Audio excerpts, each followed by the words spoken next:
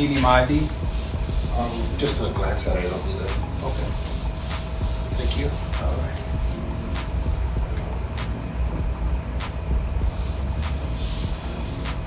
Nice and cool. Welcome.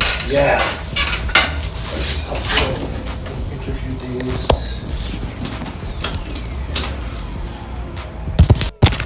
Welcome. Thank you so much. I think we're good to go. I can put this on here, right? Yeah. We're all set. All right, sounds good. There we go.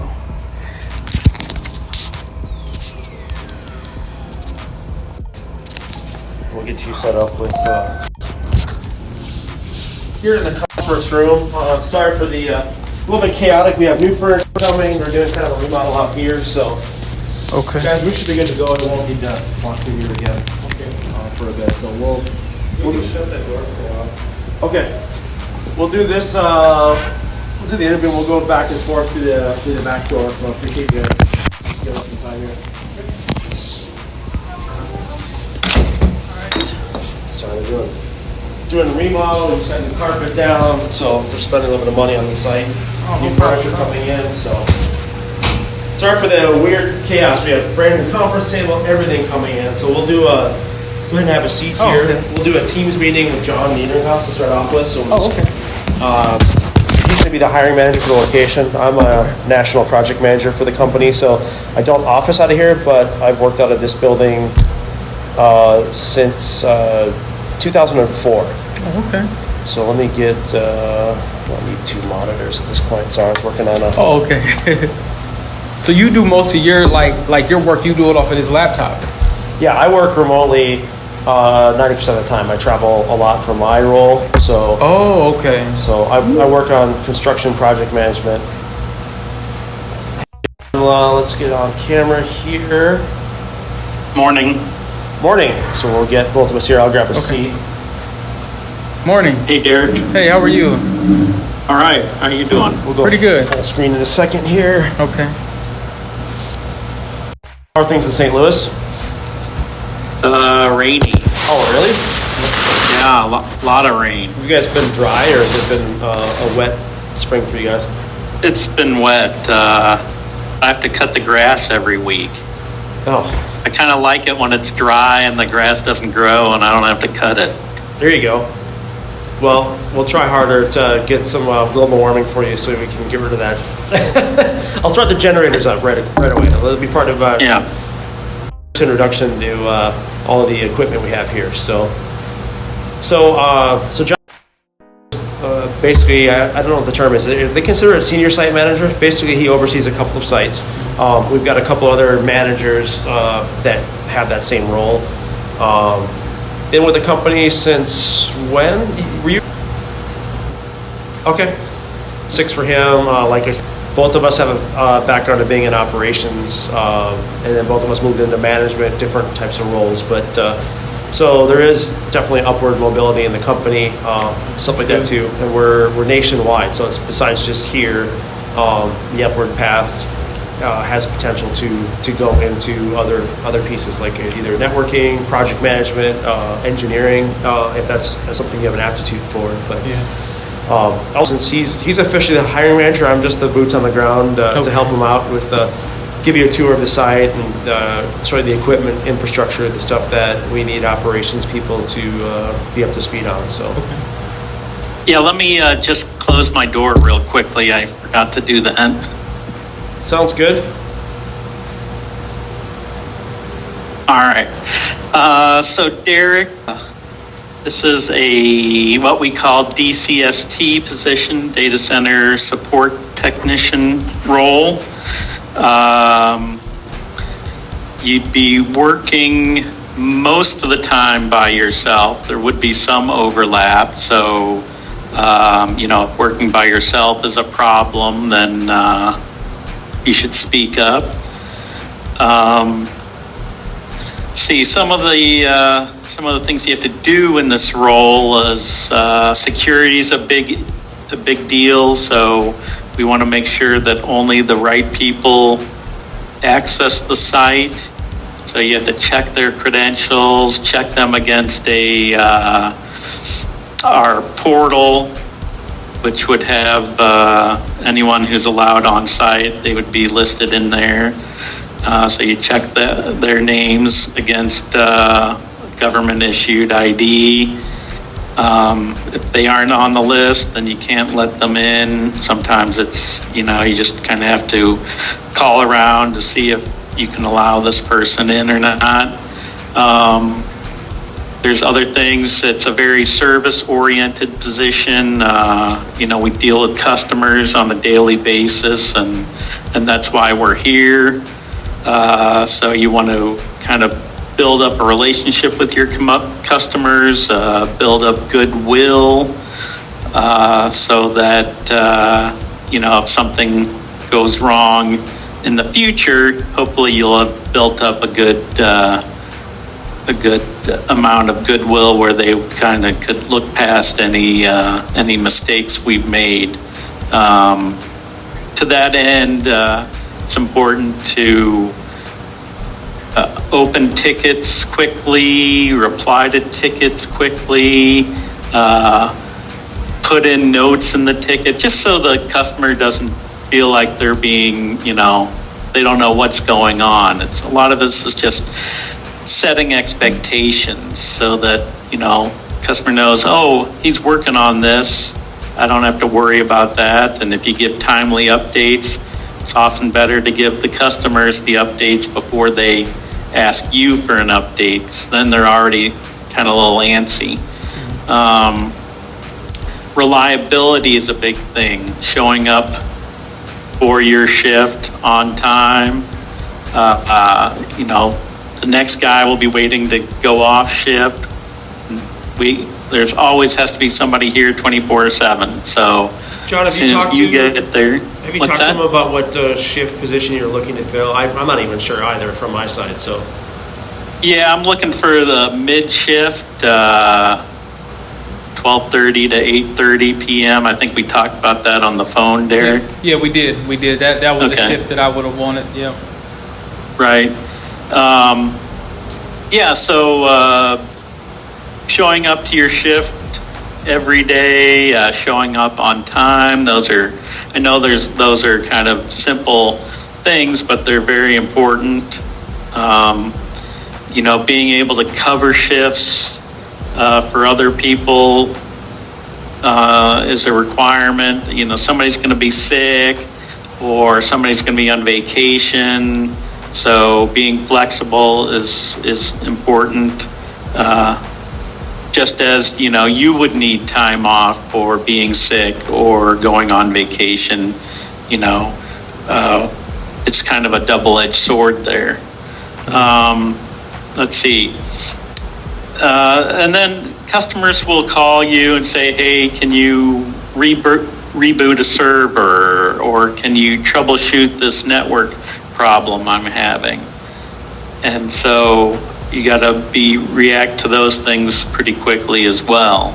Are you able to create Ethernet cables, copper Ethernet cables? Are you able to do that? I haven't done that before, like splicing. Well, just like putting an end on a Cat 6 cable, for example. I don't think I've done that before. Okay, well, that's something that's, you can be easily taught to do that. Just, running cables, tracing cables, testing cables, those are all things that need to be done. Have you ever run cables or traced cables? No, I haven't. I mean, earlier on, at the very, very beginning of my career, I took a 1-year internship with the Crystal Ray Jesuit High School out here in South Minneapolis, and I did help this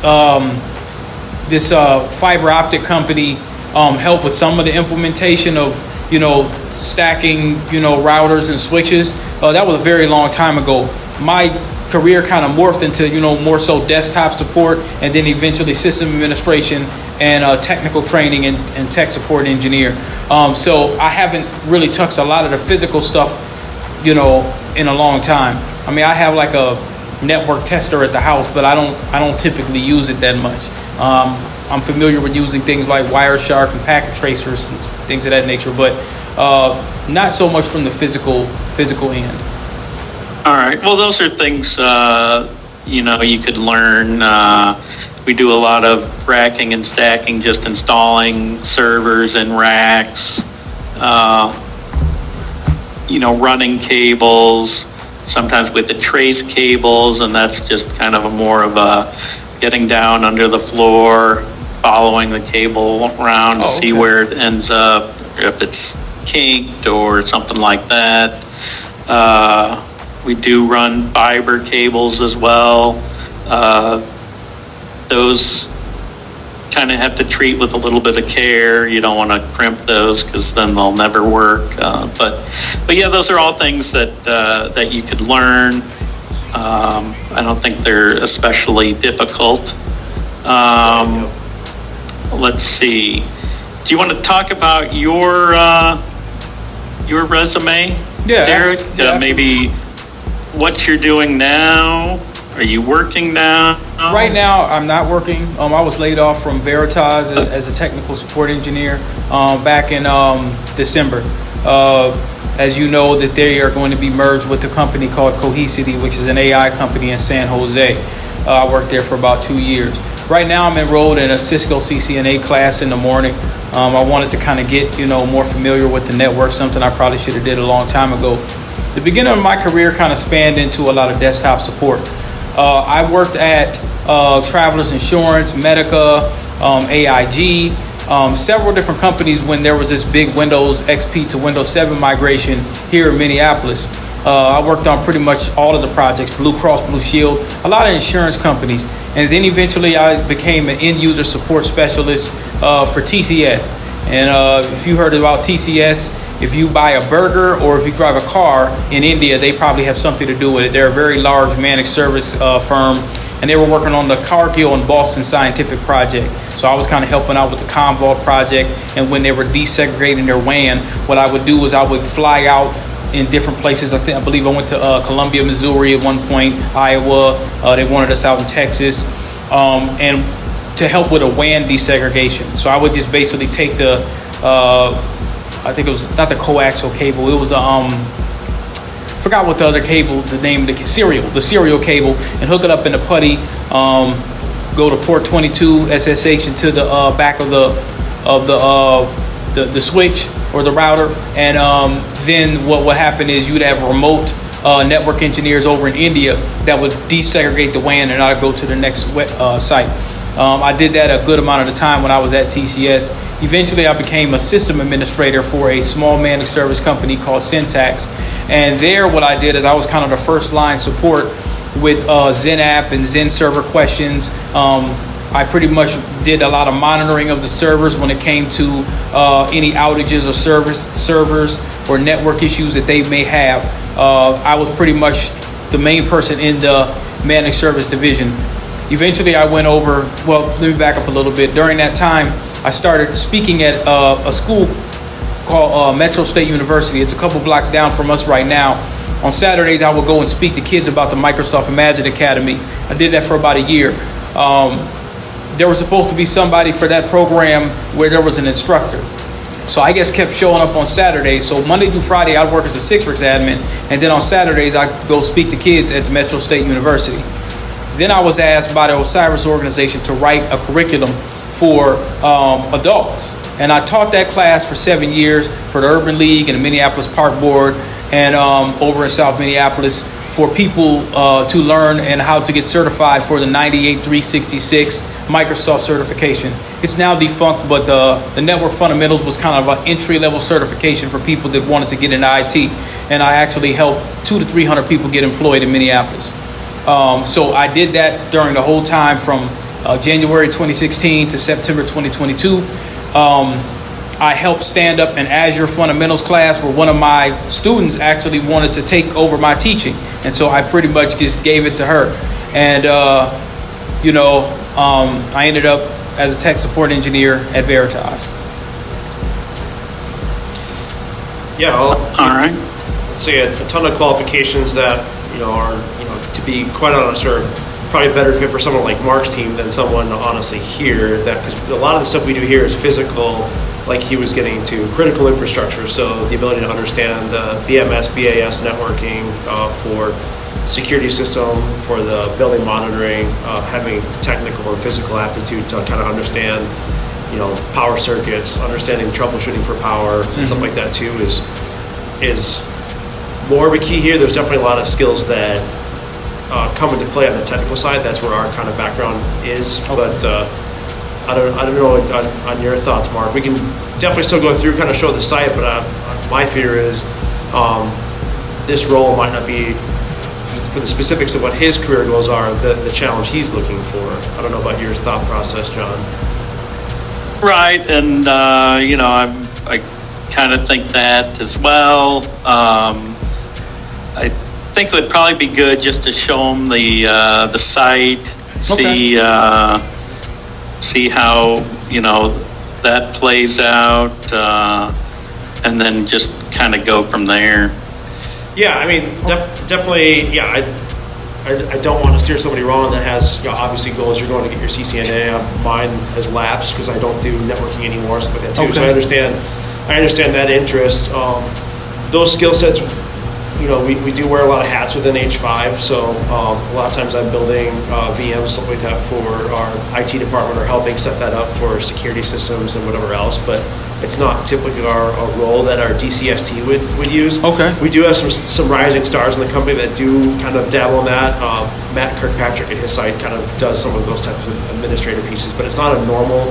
What you've done and what you're looking to do on your resume is a different path than what a DCST typically is. So Now you mentioned, you said someone's team. You said Matt's team. Mark's team. I Mark. don't even know if his group is hiring right now. Okay. So basically, our IT, most of our IT support is based out of Quincy, Washington. So that's where a lot of our network engineers are there, or Denver, Colorado. Okay. But they work remotely as a, basically because we have data centers across the country. We support NetEng, we support the systems integration and stuff like that for our core systems. And for the most part, we're a co-location customer or company. So most of our customers don't have managed services. They handle that all themselves. What we do is we provide space, power, and back-end internet, so out-of-band connectivity, as well as we have what we call an IP blend, which gives a conglomeration of, how many carriers do you have at your site? So here we've got 6 carriers. For IP blend, it's just 2. It's 2, but we also have other carriers that we do integration with too. So depending on the customer, we'll help with their cloud infrastructure. So because we're not NDA, I can't disclose who those are, but but they're think Fortune 10, Fortune 500 companies, and then Big guys. Yeah. Yep. So and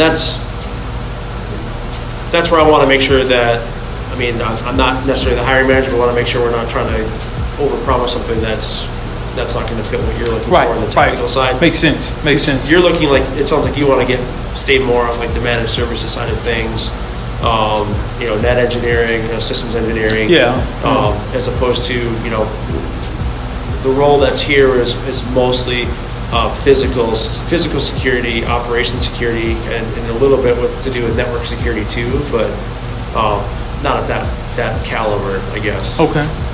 But it's more physical infrastructure.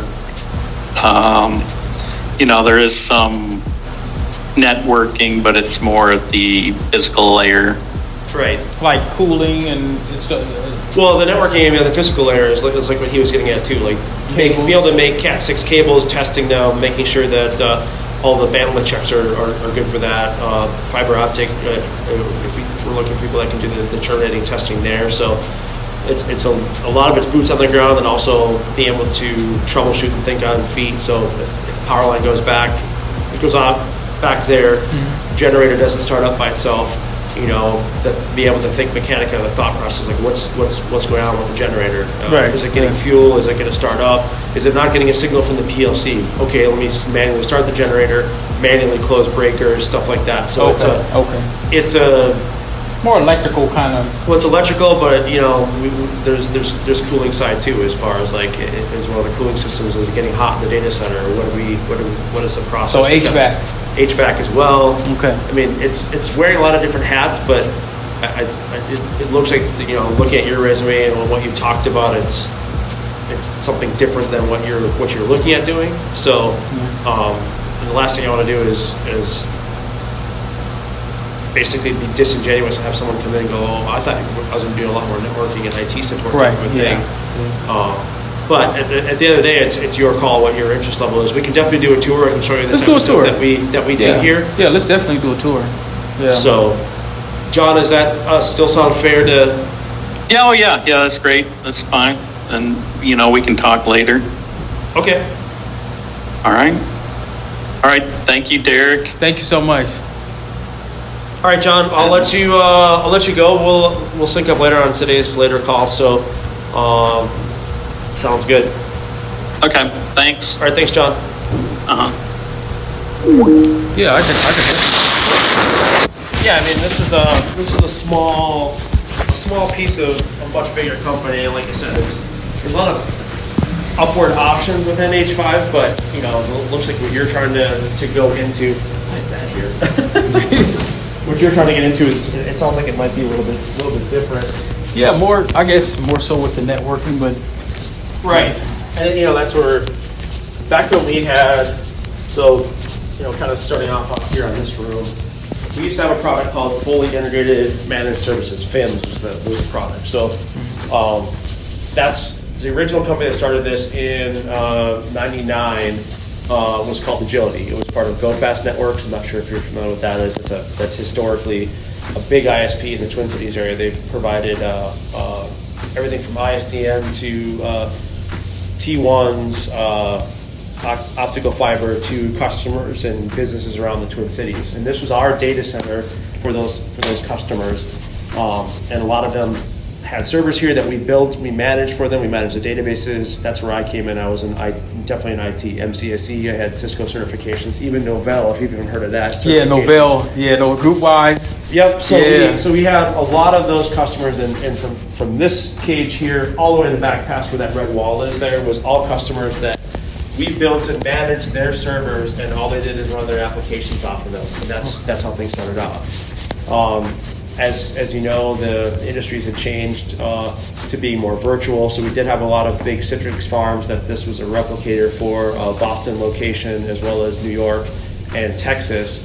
So I went into Citrix administration, and so did a lot of us. But as things kind of moved to the cloud, as you know, things like Azure, as AWS kind of kicked in, more companies are moving away from that. They still want to have local presences or pockets of their virtual clouds, and that's where companies like us have for co-location. So the other side of the cage, primarily our bread and butter for this site and a host of other ones. We just bought 3 more data centers from another large company. So we're up to 18 data centers now, and they're primarily co-location, and these large customers will have pockets of their cloud, so for replication and stuff like that. So if something happens in this building, we flood out, we lose power, something like that, there's a replica at one of their other sites that basically is up and running. So most of that work is done by the customer, so the IT skills are primarily focused there. Where what our task is to basically bring the 3 primary items for our customers is ping, power, and pipe, right? So layer 1, power, HVAC. Yeah, power, cooling. So what a big focus that we have is basically providing the KWs of power and the KWs of cooling. So it's a fun, and I've changed roles where I went from what you're looking to do to working with critical infrastructure and planning to build data centers like this. That's what I do now. Is I help build our new sites to support the newer technologies like immersive liquid cooling, which is all the new GPUs are starting to do and stuff like that. Working on with those companies to integrate those into the data centers. So we're looking at options for that here for small footprint customers that want liquid cooling. But yeah, so we have to maintain the critical infrastructure and security for these systems and maintain the compliance standards for all these things. So, having multiple points of entry, biometrics, stuff like that. We're in a maintenance window right now that allows us to have the doors and stuff like that open because we're out of compliance. But there's a lot of those particular pieces that are coming into what data centers are doing now. So we're we're a co-location provider, but everything we do is critically important because uptime is key for everybody. So 99.9. Yeah. yep, we can't have anything overheat. We can't have things go down. We can't have security breaches. We can't not be non-attended. So we're 24/7 on the standard thing. So what people like operations do, and it looks like Lou's working on right now, is he's going through basically our various checklist procedures to check on all the different systems. And we have Shiftly, we have daily, weekly, quarterly, and then monthly checks that we do within our various systems, whether it be the security system. So Lou's responsibility and everybody else that is in operations to monitor all of our key systems. We've got BMS, we've got security with cameras, the security system itself as far as card access, what doors are open, and all these things report up to our headquarter network operations center in Cincinnati, Ohio.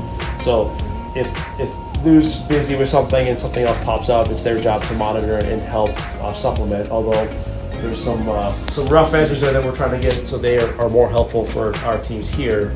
But basically, we're monitoring and maintaining our critical infrastructure to stay online for the various customers and requests here. So sorry for the mess. We've got No, it's fine. new furniture coming in here too, so we're kind of like, it's like a campsite, isn't it, Lou? The way is yeah. So Especially now. we're kind of camping here right now. So one of the main things that the guys will focus on and monitor is the critical infrastructure. This site has 2 utility sources, one at the north end of the building with its own metering, 2 more generators. So you probably saw the one outside here. Right. So you got 2 1 meg generators up north inside the building, then the one exterior here for the second utility.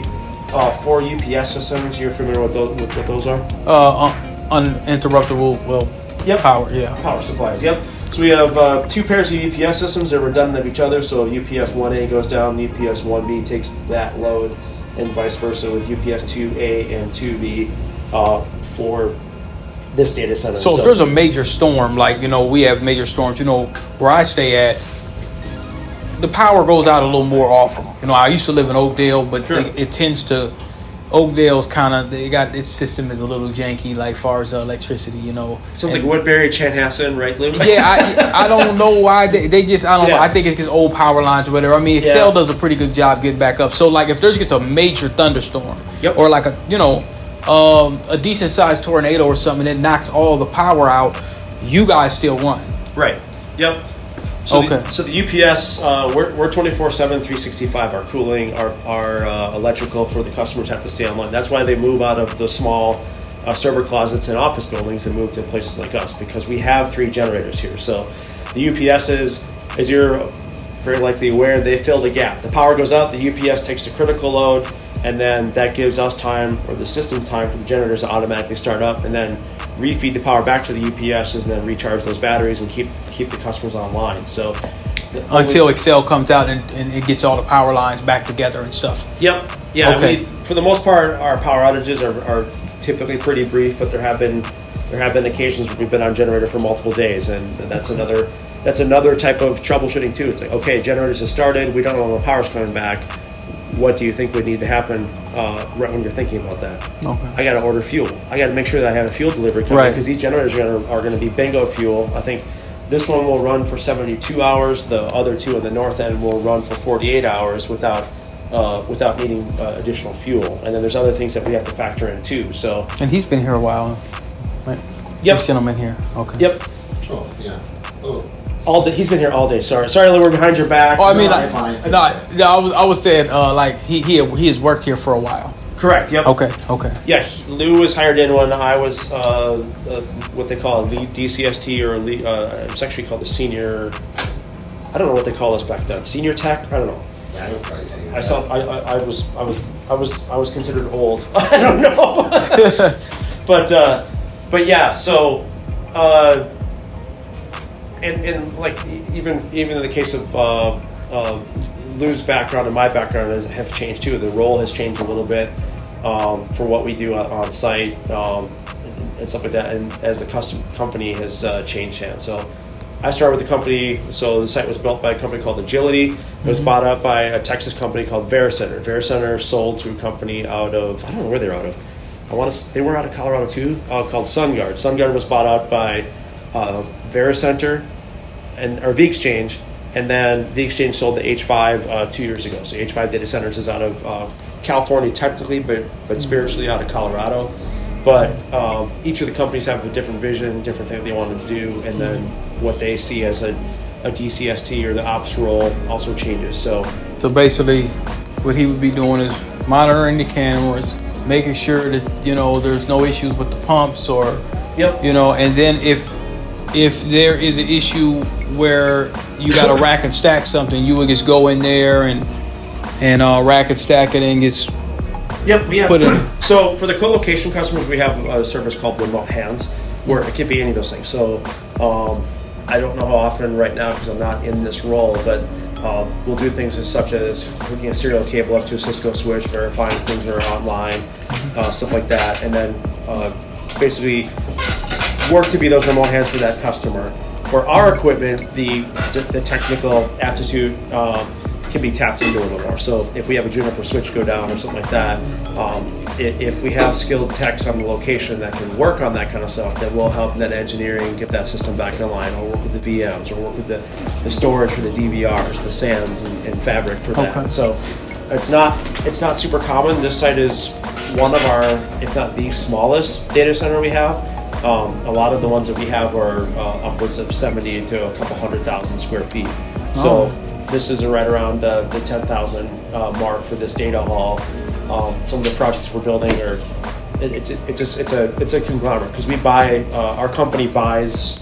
Our background, I guess, is real estate as far as the new owners, but they want to get into co-location. They like the business model, the business structure for that. So. It's a different horse than when I first hired here. But my job titles changed like 4 or 5 times too, and some of it not by choice. I didn't actually apply for the job I have now, but I'm actually okay with doing it. So each of the staff at this location and all of them, I think you guys have desktops and laptops, but there's a laptop issued to each of the employees here. I think it's just the new dates like me that are like, if it's working, I'm not going to replace it. Right. Well, you have your laptop, but yeah, you're still using the desktop. But yeah. So, Some and people don't have the desktops. I don't think you kept these. yeah, so it's a little bit optional, but at the same time, obviously the laptop's more useful if you're going out on the floor and doing some troubleshooting for a customer, or if we have an outage, or because in addition to monitoring here, Lou and everyone else will do walkthroughs, so they'll actually go physically check the status of the alarm panels, generators, UPSs, because we can't always rely on our BMS. Right. That thing could be showing false positives. So one of the things we do is do systems checks, and then we have checklists and procedures to go through with that. And then when it comes down to maintenances and stuff like that, we actually do all those operations. So when we go to do those UPSs, we shut down those UPSs ourselves and then hand them over to our vendor to actually do that work. So we're shifting loads for the customers. We're making sure that the generators and UPSs are shut down or put into service properly so it doesn't impact our customers too. So there's a lot of electrical and mechanical stuff that kind of goes along with this role. And then for some people, just having the ability just to monitor and maybe not do a lot of that technical side is acceptable too. And was that John that I was talking to earlier? John, yep. 2 weeks. He mentioned that you have to kind of be fully trained up within 2 weeks. So trained up within 2 weeks with like a shadow, but there wouldn't be an expectation for you to know anything and everything. It's basically before you're solo on your shift. It's usually about a two week time frame. So, and the training will consist of a lot of the prerequisites, the security training. We have some ISMS policies that people have to be up to speed on, and then just the basic procedures, checklists that people would need to run in their shift. So and those systems would go through basically what we just talked about. Why did the DVR? Did you change screens? We just lost I all. had to get my Oh, gotcha. oldest dude. I was like, we lost all cameras. It's like we gotta drill that now. So never mind. So yeah, anyway, continuing, so that basically the way this room is split up, and each knock is different. That side where Lou is at, the monitor right above him, and then on the up there is all related to security. So the badge access system, DVR. This side, it's monitoring our BMS. So we have leak detect system under the floor. We have the Trane pump control system for our cooling on the roof, the dry coolers and condensers. And then down there is stuff that's in the data center on what we have on our BMS, and then stuff that's remote for the other end of the building. So Trane. That company sounds familiar. Trane Technologies. I don't know why. yeah, Trane is HVAC, heating, air conditioning company. Okay, I know I seen that somewhere. Oh, you've definitely seen ads locally because they're a big vendor. You know, like some people have home Trane air conditioners at home. So, so in addition to that, we have fire system. The fire system has basically a pre-action system.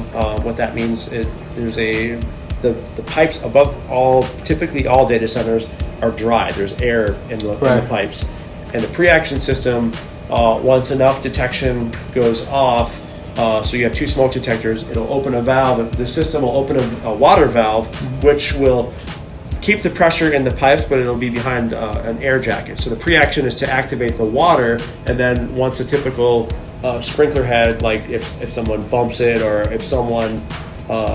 if it melts or whatever, that's when the sprinkler actually opens up. So it doesn't dump water on the entire floor once that system goes off. The pre-action just basically turns water on. So right now, if you were to go up into the data center and bump a sprinkler head and break it off, all that would come out would be air, unless there's a criteria met that water has to flow. So the pre-action system is a dry pipe system. It's above and below the floor here.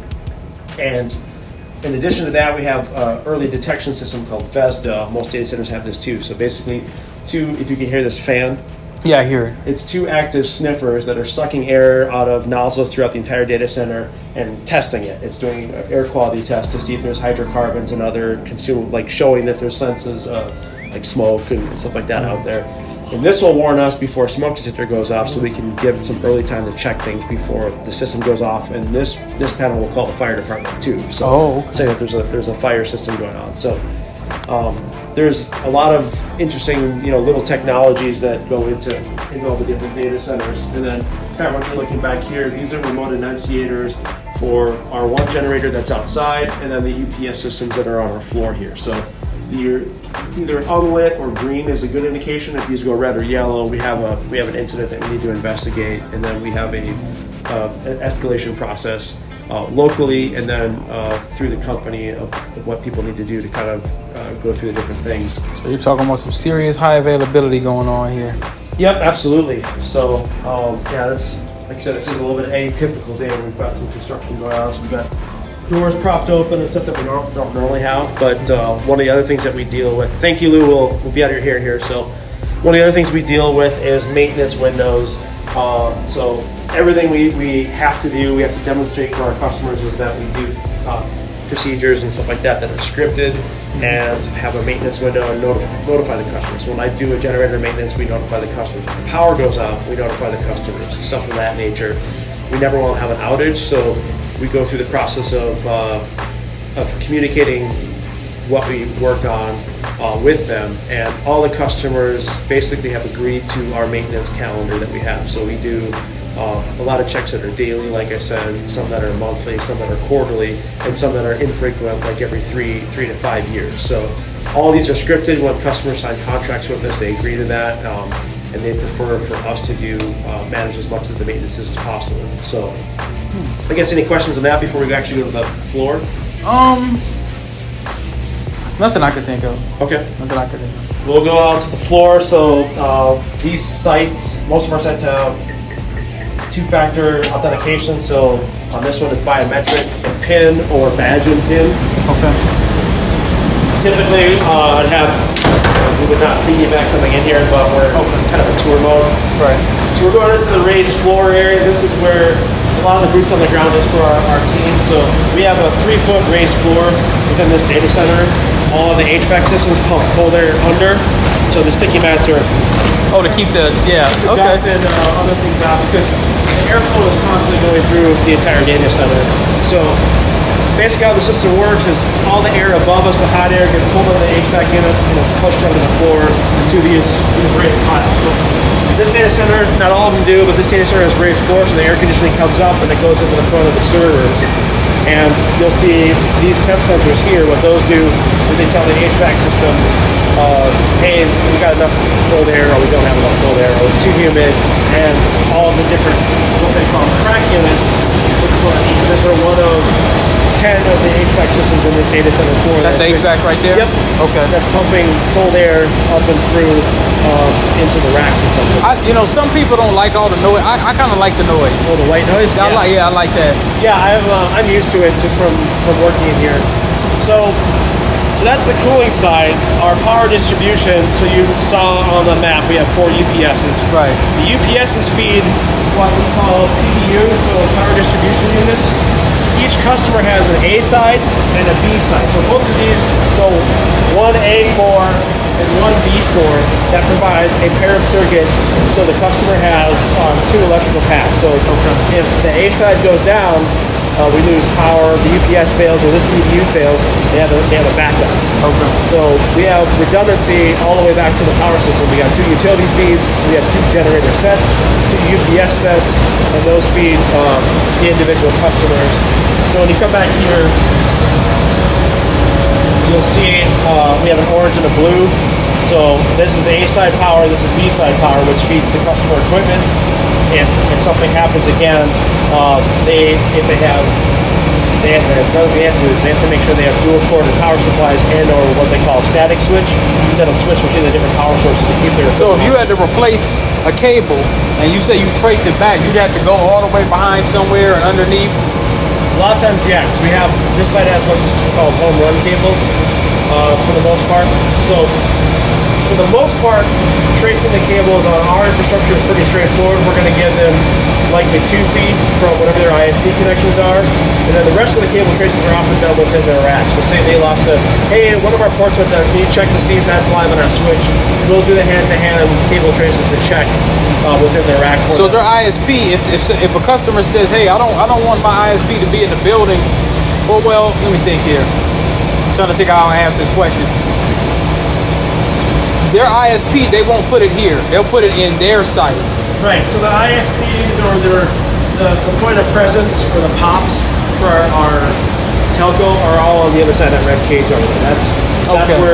That's where we have, like, think of your telco provider. They have an instance there, so if customers want to go direct with an AT&T or something like that, they can connect direct to their infrastructure.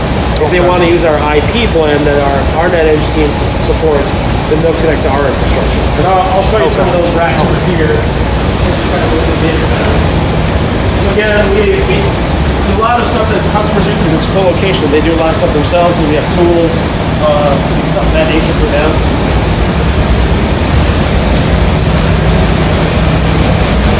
So over here is where these 3 racks are our point of presence for our systems, our security, our network presence for our customers attached to.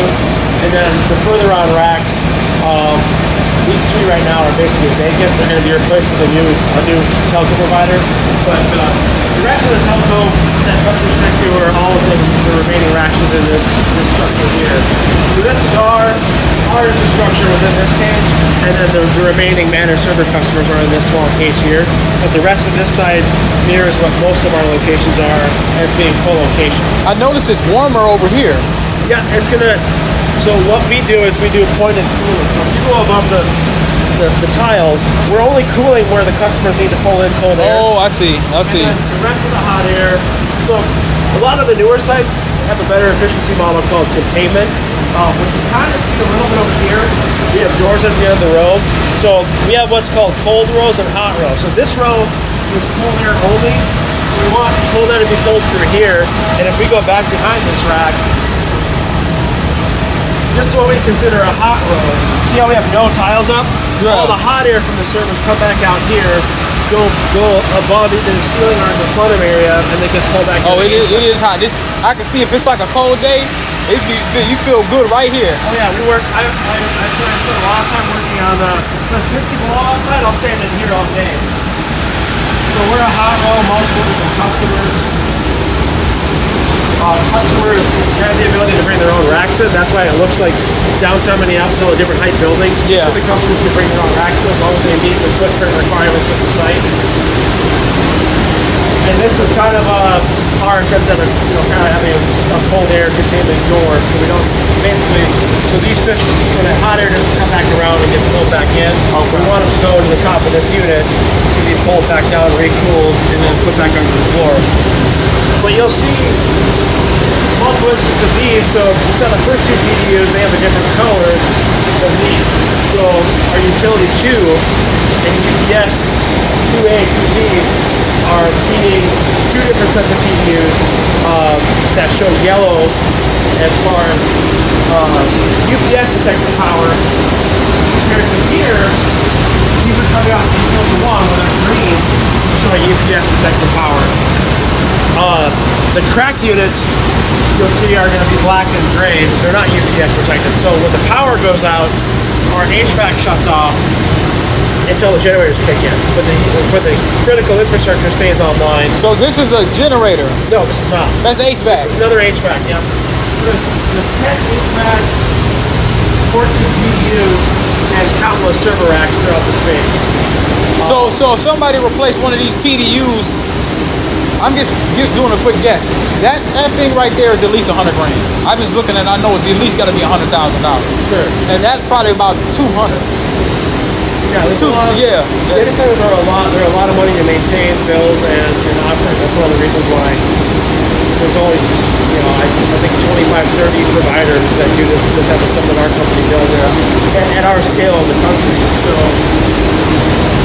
we don't have any active customers right now for this, but one of the models we have provide for our customers are called secure pods. So we're in the process of demoing a lot of this cage material because we don't have pod customers right now, but a lot of them will have, they want to control the security, the biometrics, the cameras and stuff like that in their own, basically they treat it like their own server room within our data centers. Oh, so they'll be building that out how they want it themselves. Exactly. Yep. So it's like they're leasing space in order to do Yep. that. So, Yeah, and a lot of the newer pods, the reason why we're taking this cage material down, see a lot of the new Fortune 10 companies, they don't want to have a gap in their cage that's more than a half inch.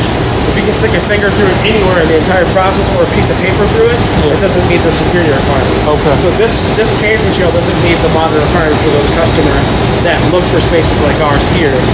I can show you some pictures on our marketing site for a lot of the other builds we're doing. But Okay. this is an example of like the data center white space. Again, it's a pretty small data center. It's an older data center, but we've had very, very good uptime at this location as compared to a lot of local competitors.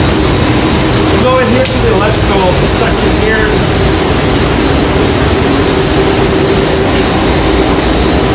All of our cages are timer and alarms, but this panel here is the control for our second generator and utility. So we have a utility meter and a generator meter, and then each of these we bring in a one-line diagram to kind of show what we're feeding and stuff like that. So this 2000 amp switchgear feeds pumps, it feeds dry coolers, it feeds Lieberts, which are the HVAC units we were talking about, as well as UPS C and D, which are right behind me, as well as PDUs downstream.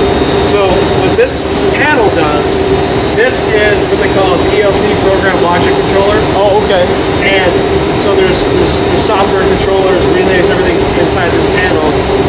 What it does is it monitors and maintains the power availability for our site. So if utility power starts to get a little bit weird, say you're supposed to be getting 480 volts, it drops down to 250 volts, what it'll do is it'll tell the generator to start up, it'll wait till the generator fires up and transfer load over to the generator. So that way all of our systems stay online. So this is the remote head for the breaker panel that's at the end of the row back there. There's two breakers, one's generator, one's utility, that feed the power here. So it's a 2,000 amp service for these. So each of the UPS systems have a pair. Behind me is for utility 1. This is UPS 1B. You can see the front of 1A there.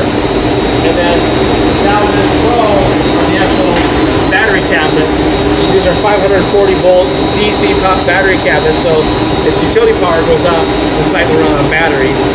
And then attached to those, we have these systems that are cell locks. So these are attached to each of the batteries, so we maintain and operate these here too. So the guys are trained up how to troubleshoot these. These are all connected via fiber optics to each other in a series. So there's troubleshooting steps. These systems are other things that we maintain for our customers to do. So it's all in the sense of uptime. So again, another HVAC system. This is from inside of here. This is they call it dead front, so it's safe to open. Our two automated breakers that are connected to that program logic controller. Let's lock it. Lefty, loosey, righty, tighty. So that PLC back there operates these two breakers. So right now this is the generator breaker. This is open. It's not connected. It's not feeding power. And this one's closed. This is 2,000 amp services coming in from Excel Energy that's feeding those UPSs, HVAC, stuff like that from this utility. We have the exact same kind of presence at the other end of the building, but with 5 rows of breaker cabinets. So these are all remote operated. It's automated, network controlled to when these breakers are open and closed. But these breakers will never be closed at the same time because it's what they call an open transition system. Because we don't want to backfeed power from our generator to Excel Energy. They don't like that. So that's why they say service disconnect for utility B. We also have power conditioning. So this is what they call a TVSS, which there's little capacitors in here that help kind of filter the power. And then off of that, we have even larger capacitors and electrical service conditioning through these transformers, and then there's varistors inside of here that basically condition the power before they go into any of our equipment. So it protects us from power surges, from brownouts, stuff like that before the UPS have to do anything. And we have these on all of our utilities. So there's a lot of infrastructure that we maintain to make sure the lights stay on, not only on the server racks but above our heads within the space here. So a lot of the lights in here, we have maintenance plans for too that they're battery backed up. So if the power goes out, the guys have got to be able to see when they lock the trigger and stuff. So that's the soup to nuts of kind of what we do.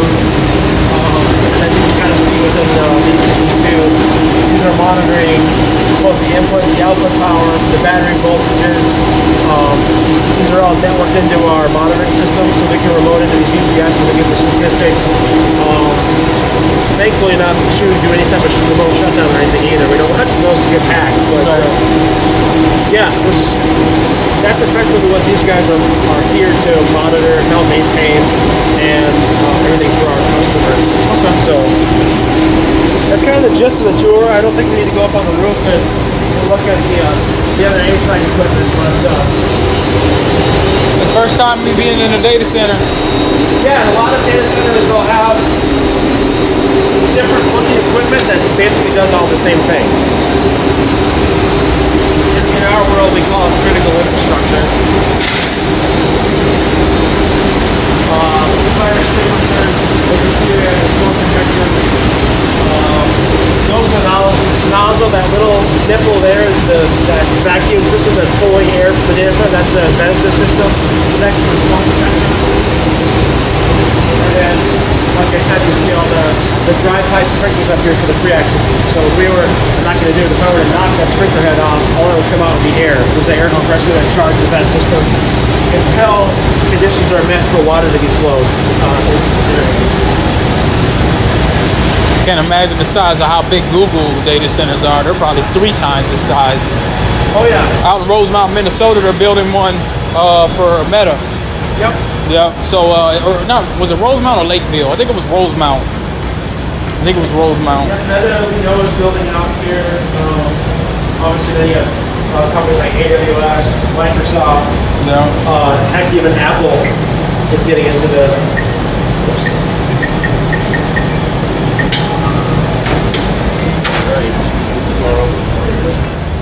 We're gonna have to, when we leave, we'll go out the back because they're reconditioning the floor up there. But yeah, I don't know if you had any Any further questions? Just thinking of customers, I gotta jump on a call. Yeah, not too many. I don't really have any. I do kind of agree. You know, I guess it would be more so of, you know, like the layer one, a lot more the, you know, layer 1 through 3. Right. Yep. Now you did mention earlier, and I know you said that team may not be hiring or whatnot. Would be interested in, you know, if they had anything open, you know, on that measure. Yeah, I know they just hired. I think the only acquisitions they had recently were more for senior.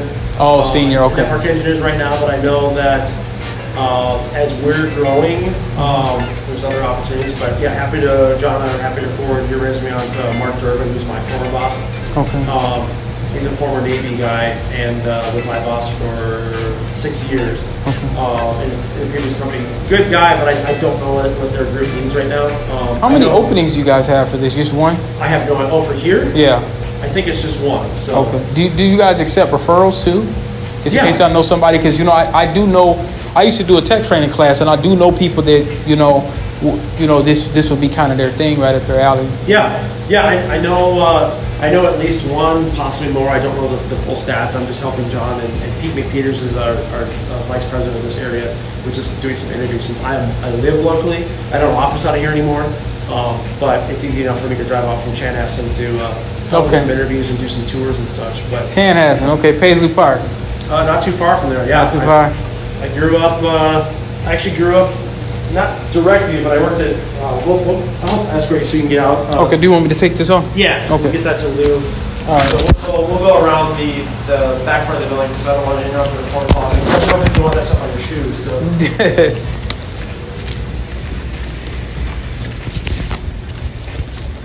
So Lou, we're gonna sign them out. I'll walk them through the back way since the front's. Do you want to hand the badge to Lou? Thank you. Appreciate it, man. Thanks for finding the regular coffee now. Yeah, I know. Get coffee or pop, you want something? Yeah, do you want anything to drink? There's soda, water, if you want something for the road. Oh, yeah. We don't have beer, I'm sorry. That's fine. That's fine. So if you want a coffee, we can brew one. Otherwise, in the fridge. I'll just take a water. Did I ever tell you about my first interview in California, Matt? It's up here. You know, speaking of beer, I walk in the office, you know, Midwest, dressed really well.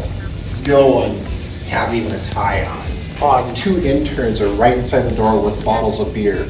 I'm sitting there in my freaking tie Where was this at? in Silicon Valley and moved to San Francisco. Yeah. And I go to the job interview, I'm like, oh, like the CEO walks by, his shirt's untucked and his stocking feet. I'm like, It's like, pull the tie off, put it in my pocket, next thing, jitsu jacket. Yeah, They're literally the interns were drinking beer at their desks just inside the door. well, granted, I came in on a Friday, midday, and I walk up to our Denver upstairs, our headquarters, and there's Rabin, one of our main sales guy, with a mug of beer. But they have taps at the Denver Yeah, site, they had a and bar. they have a bar at the Denver site. That's how you know. That's how you know you play hard. That's a special job. Yeah, because I seen that too. I was once somewhere. I had an interview, and they're like, "Why are you dressed like that?" And I'm like, "I'm trying to make a depression." Exactly. And they said your second. The manager said the second time you come in here with some jeans, man. Right, just no shorts. Yeah, I didn't know I was overdressing, so it's all good. Nice to meet you, man. Take care. Yeah, I'll escort you out, and I'm gonna check out these guys the other way too. Okay. Yeah, Kansas Park, so right around the corner from Ryland, there's a road they call Kiowa Trail, but that's where Prince's first house was. So through high school, we always, my bus went right by his house. Then he built the second house in Chanhassen, off a road called Galpin, where he made kind of the guard shack, all that kind of stuff. He never really, the media's, at the time, yes, he was staying at Kansas Park, but he never really lived there. Right, Everyone right. local was like, that's not right.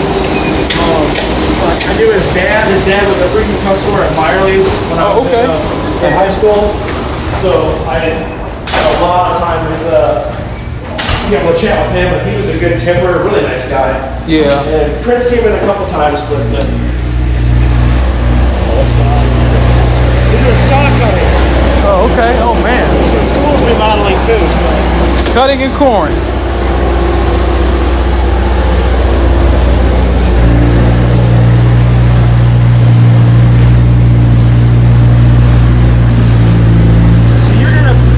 parked right around there. I'm gonna go ahead and reactivate this gate. I opened it up. But, Yeah, I parked.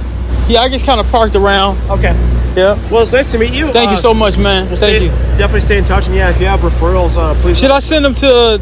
To John? Yeah. Okay. Yep. Perfect. Okay, I'll do that. Okay. sounds All right, good. man. Take care. Take care.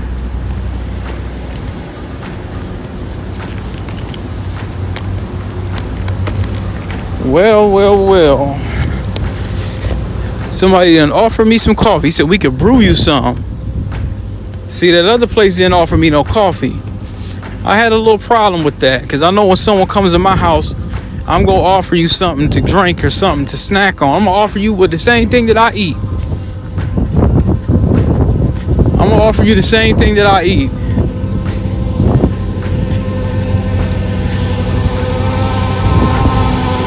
My apologies, everybody. Noisy as hell out here.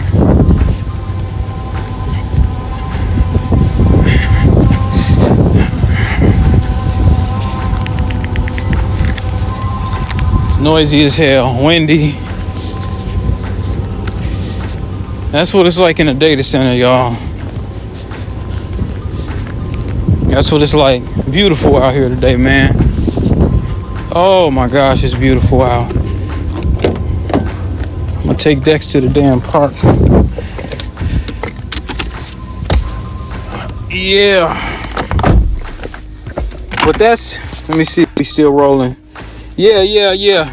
That's what that was a decent interview. Took me around.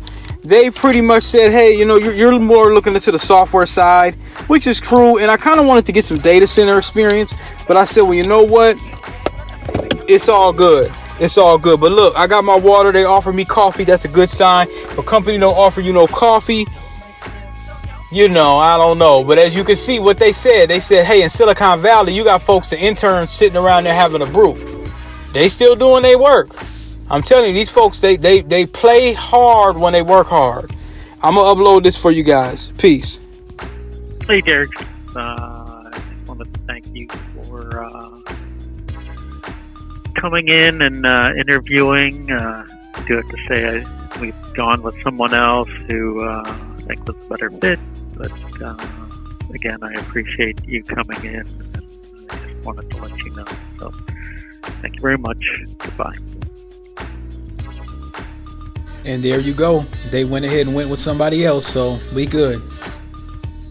They went with somebody else. It's all great.